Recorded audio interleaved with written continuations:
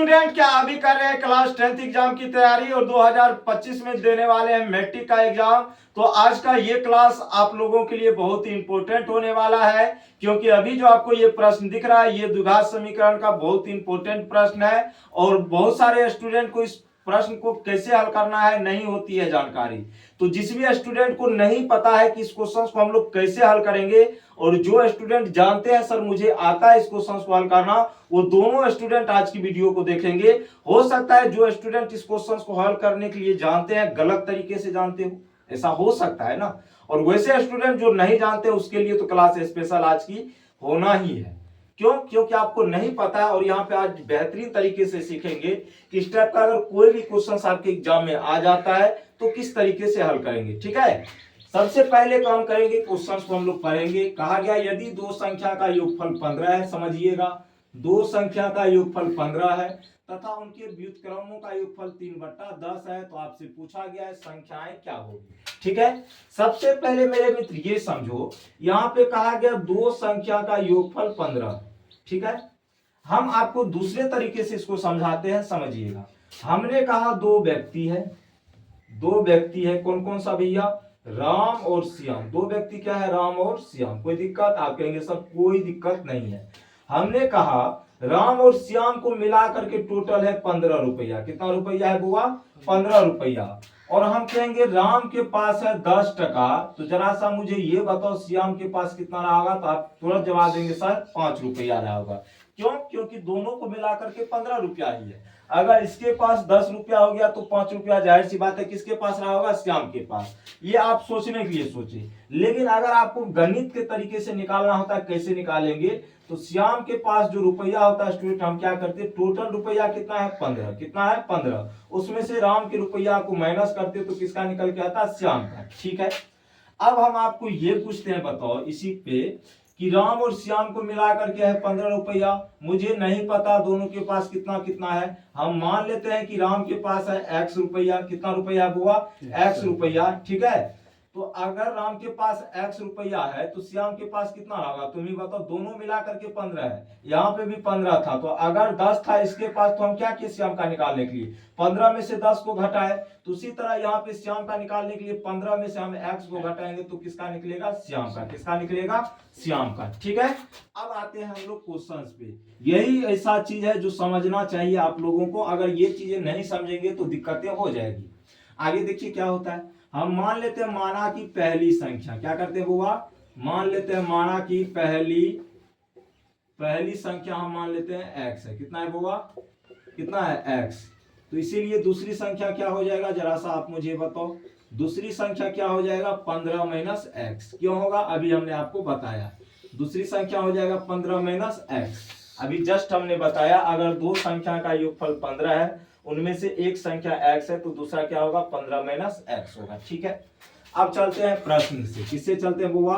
प्रश्न से। ठीक है, प्रश्न से ये कहा गया है कि उनके व्युत्क्रमों का योगफल 3/10 है। उनके व्युत्क्रमों का योगफल कितना है बुआ? 3/10 है। तो व्युत्क्रम मतलब उल्टा देंगे, तो x है तो इसका व्युत्क्रम हो जाएगा 1/x। ठीक है, इसका व्युत्क्रम हो जाएगा 1/15 माइनस एक्स हो जाएगा। और इसका योगफल आपको दिया गया स्टूडेंट कितना? 3/10। कहानी खत्म। इसको आप करेंगे हम लोग हल, तो एलसीएम लेंगे तो x इंटू 15 माइनस कितना हो जाएगा? x।